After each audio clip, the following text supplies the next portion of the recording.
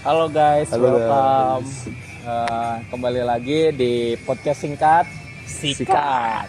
Nah, jadi di sini kita akan melakukan interview kepada Salah satu orang yang tinggal di daerah sini. ya warga sekitar daerah Bojongsoang. Oke, kita akan memiliki beberapa pertanyaan kepada namanya siapa? Halo, nama saya Abian. Saya tinggal di daerah Buah Batu.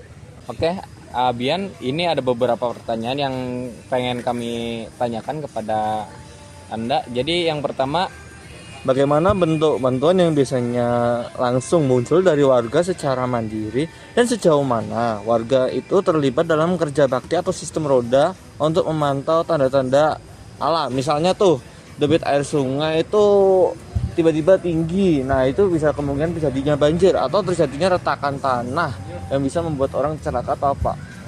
Kalau di daerah saya itu kalau sungai itu belum ada. Tapi biasanya tuh kalau habis hujan besar kayak gitu, biasanya jalan utamanya itu udah banjir. Nah, biasanya bantuan-bantuan itu udah di dalam bentuk peringatan gitu. Misalnya aku dengar dari warga-warga sekitar, jangan lewat jalan di situ, soalnya lagi banjirnya lumayan besar. Cari jalan alternatif. Paling bantuan secara sewarga-warga mah itu aja.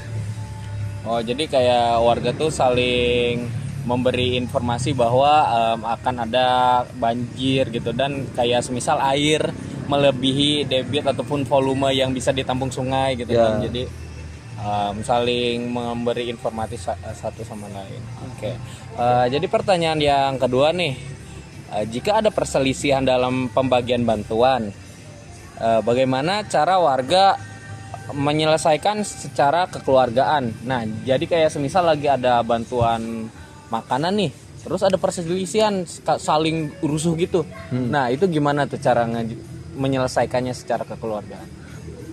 Paling menyelesaikannya ya, kalau misalnya dapat bantuan dari luar gitu kan, biasanya ada pendataan dulu. Di data itu terus gitu di satu keluarga ada berapa anggota, kebutuhannya apa-apa, ya pasti diprioritaskannya tuh keluarga yang membutuhkannya, misalnya yang lagi punya anak atau enggak orang yang udah tua-tua banget gitu, biasanya prioritas itu.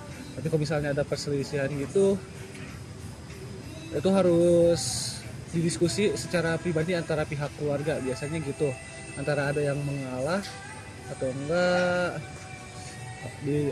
ada pihak ketiga lagi yang menyelesaikan perselisihan itu. Oke.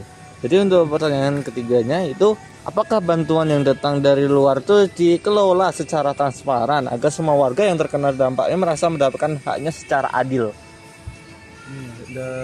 Pembagiannya secara transparan kan. Nah, jadi apakah bantuan yang datang dari luar itu dikelola secara transparan agar semua warga yang terdampak merasa mendapatkan haknya secara adil? Jadi bantuannya itu secara merata dan secara transparan. Jadi nggak ada yang kayak, wah, keluarga ini dapatnya yang lebih, keluarga ini dapatnya dikit gitu.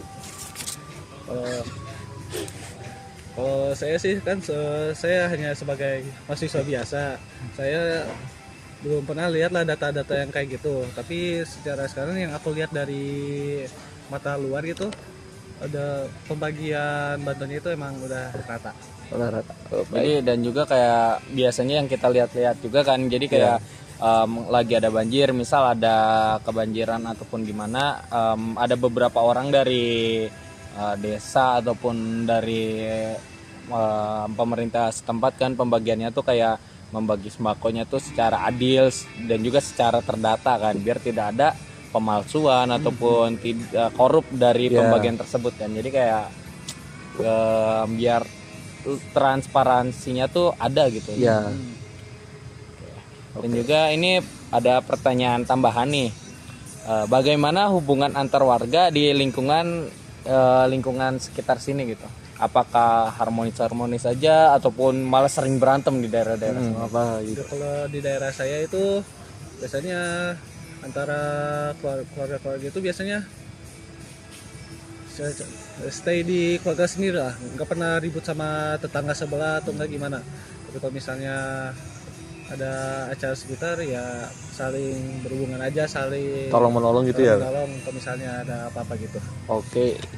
sesama warganya gotong royong. Gotong royong dan saling membantu, saling harmonis tuh, bagus tuh, bagus. Lalu yang kedua tuh, apakah ada kegiatan rutin yang membuat warga semakin kompak gitu, kayak senam atau kerja bakti tiap minggu atau apa? Ada, yaitu kerja bakti. Saya pernah ikut di perumahan saya, pernah ada kegiatan kerja bakti. Nah itu warga-warga di sekitarnya ikut bareng buat membersihin, misalnya rumput-rumput, sampah, terus dimasukin ke gerobak itu. Jadi itu salah satu gotong royong yang kayak gitu yang membuat warga lebih kompak. Oke. Mungkin sekian ya dari proses wawancara kita bersama Abian. Nah, di sini kurang lebihnya dimohon dimaafkan ya, karena juga kita memiliki batasan maksimal untuk pembuatan video. Ya. Jadi, cukup sekian. Terima kasih. Bye bye semua. Bye.